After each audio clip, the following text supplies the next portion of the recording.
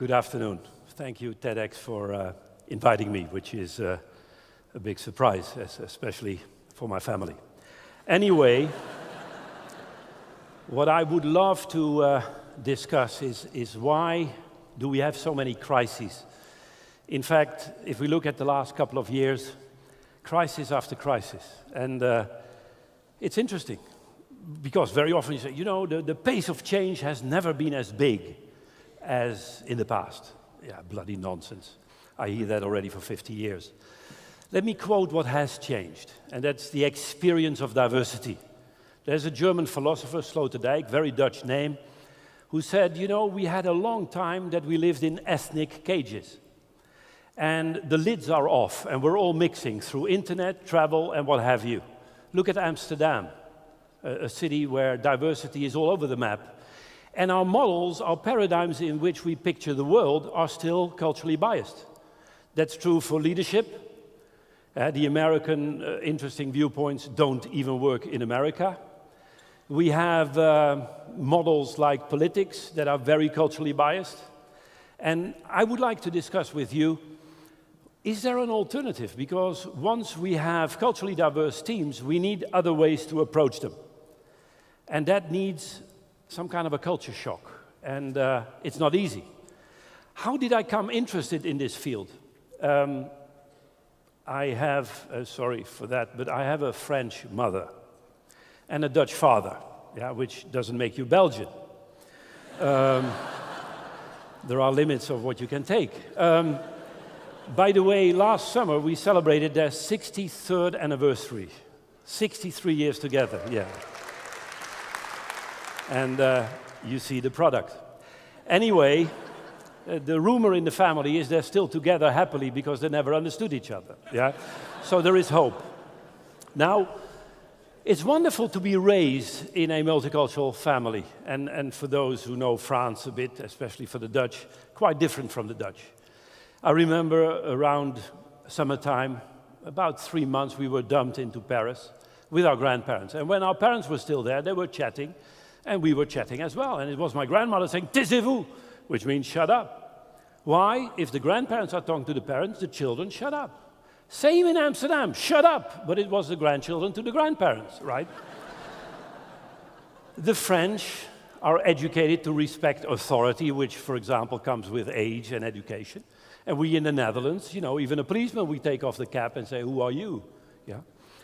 Now, this is quite interesting because there was a time the Americans were in America, the Chinese were in China, and thank God the French were in France. And then these local type of management theories did work amongst the Americans, amongst the French, and amongst the Chinese. But now we get multicultural teams, and what do we need to do? Let me give you an example, and that gave me quite deep insights when I was doing some work as a professional in Tokyo. We were invited by a small little bank called HSBC, and we were trying to discuss with them, because Americans were quite dominant in Asia, to explain that the Asians had to become more objective, otherwise they might cause a financial crisis. As you know, Americans are consultants in avoiding financial crises. And as you know what the Japanese say if they don't understand it, they say hi, hi, hi, which means I don't understand. So the Americans explained it again, more objective, but louder. And after the third time, the Japanese found out they didn't have a word for objectivity. So they borrowed a word from the Chinese and called it kyakanteki, which literally means the outsider or guest point of view. And for the cynical Japanese, the American point of view, that's objective. Then you have kyakanteki, which is a wonderful word that says, gee, its subjectivity is the host point of view. Now, if we want to avoid companies looking like this, and this is what we get if we don't connect viewpoints, and you know those companies, we have plenty of them. Sorry if your organization is not there. Yeah? Yeah. I had 3 more logos, but there were the 3 sponsors of this event. I had to take them off. Yeah, I'm sorry. Anyway, there are limits to what we can do. Anyway, They said, gee, this is perhaps the basic idea of what we call a dilemma. The outsider's viewpoint, kanteki, and the insider's viewpoint or subjectivity, shukanteki. And what we want to do with you in this talk is, can we create, and that's what we did with HSBC, a Japanese garden.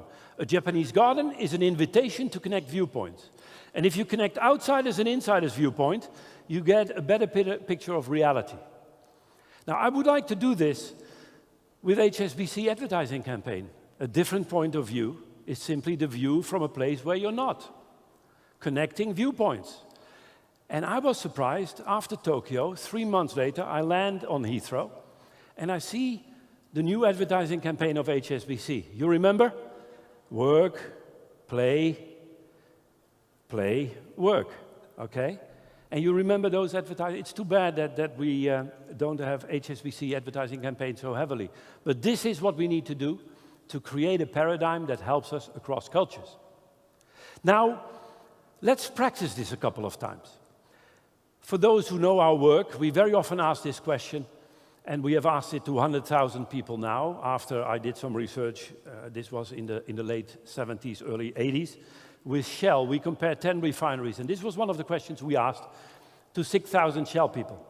We said, you're riding in a car driven by a close friend of yours. Your friend is going 50 miles an hour where you're allowed to go 30, and he hits a pedestrian. You come to court, and the lawyer of your friend says, don't worry, you're the only witness. 2 questions. First of all, what is the right of your friend to expect you to testify to the lower figure, to lie for you as a friend? My friend, A, has a definite right, B, some right, C, no right. Now, before I engage you in a little discussion, who would like to be in this situation? I've never had an individual, and I do this work quite all over the globe, that said, nice situation to be in. Yeah? 10 years ago, we had a participant who didn't understand the question. Yeah. So we stopped all our workshops in the White House. Now, I hope the NSA hears a beep, yeah? Anyway, why don't we like to be in this situation? Can I guess? Regardless where you're from, male, female, young, old, Dutch or not Dutch, this is a dilemma, okay? And the beauty of respecting cultural differences is to know we all share the same dilemmas. There is no culture that doesn't want to help friends, and there is no culture that doesn't have something with the truth. But now let's get a bit further and say, would you lie for your friend? Second question. And I would like to ask you, for those who say yes, I would lie for my friend, would you like to stand up, please? And those that don't, you stay seated. And please confirm my statistics. Thank you. There are some people standing up, great and courageous. Because, be careful, this is videotaped, huh? Thank you. I guess it's about 70% no, and 30% yes, and perhaps 1% can't stand up. Now, it's interesting. See what happens with the second question. The dilemma is human, and it's our culture that forces us in some direction. And amongst Americans, have a look, you might see quite different scores than in Venezuela.